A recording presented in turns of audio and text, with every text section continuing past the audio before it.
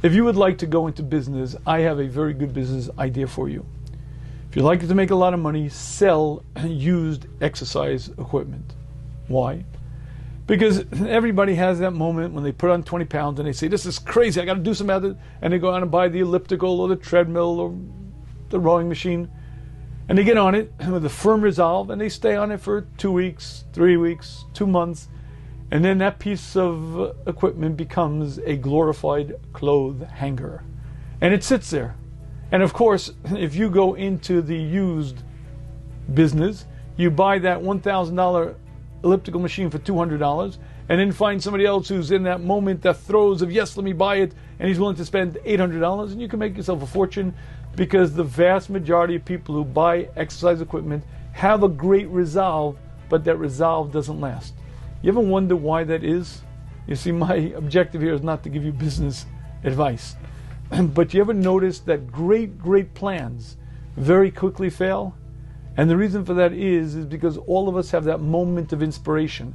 That moment where, let's go, I'm going to lose weight, I'm going to diet, I'm going to exercise, I'm going to learn shots, I'm going to change, And that inspiration only lasts so long, and then it leaves, and the exercise equipment sits there. Last year's tshuva, drasha remains. My goal to learn more stops. And invariably what happens is the inspiration fades. Now, I'd like to share with you that's endemic to the human. That's part of the human condition. Yet some people manage to win. You know how that is? Because they recognize that inspiration is something like bathing. You got to do it every day. Inspiration wears off. And just like inspiration wears off, so too does bathing. As Zig Ziglar likes to say, that's why we recommend doing it daily. And inspiration is something that you need to put into your essence daily. And I'd like to share with you something that I have found over and over in my life. My Rebbe, the Shiva Zatzal, used to say to us, I heard it like ringing in my ears, you have to learn Musar every day, at least 20 minutes, And I can tell you, most of my adult life, since the time I'm 19, I've learned Musar at least 20 minutes, a half hour, an hour, every single day. There was a short tkufa, a short little period. I was a Rebbe in high school and I was very busy. Don't get me wrong, I was learning hours and hours a day.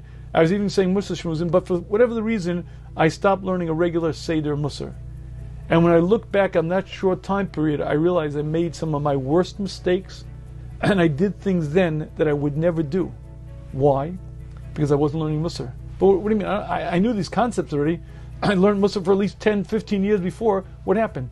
The answer is, if you're not focused on it, if you're not living it, the inspiration goes. And when the inspiration goes, you forget that I'm here for a few short years.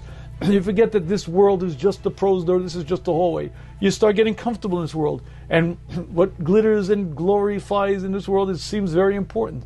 And suddenly you lose your focus and you lose your balance.